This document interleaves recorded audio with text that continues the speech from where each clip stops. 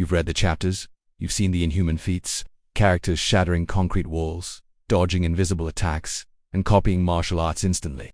But here's the burning question. Is it actually possible to fight like a character from Lookism in the real world?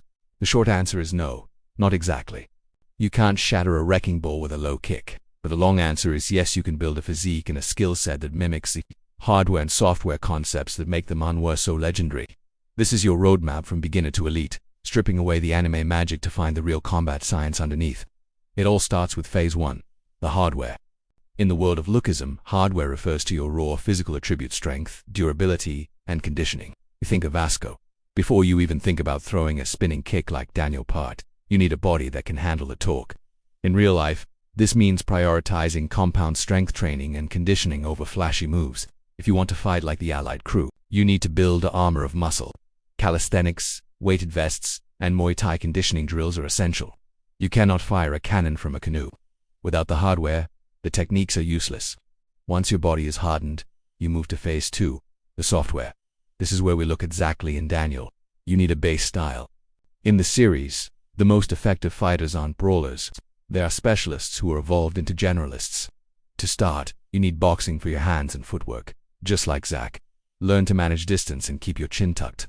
Pair that with a grappling art like wrestling or judo. In Lookism, fights often end with a slam.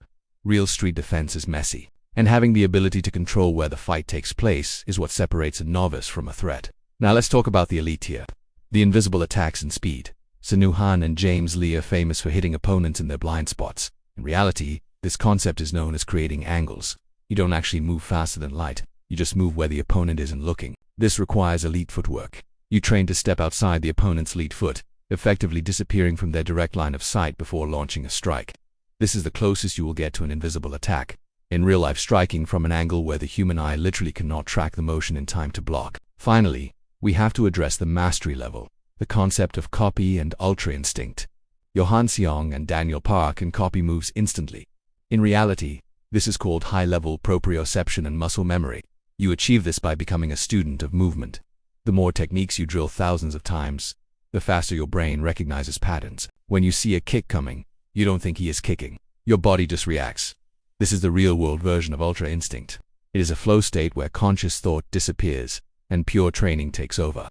Gung Park isn't thinking about his next move. He is simply allowing his training to express itself through violence. To fight like a Lookism character is to pursue perfection in both body and mind. It is about building the durability of Kyokushin karate, the agility of boxing, and the ruthlessness of MMA. It won't happen overnight. It takes years of tearing down your muscles and rebuilding them, years of sparring until you stop flinching, and years of studying the mechanics of the human body. Start with your hardware, refine your software, and eventually, you might just reach that level of mastery where you have to look for a fight, because the fight knows better than to come to you.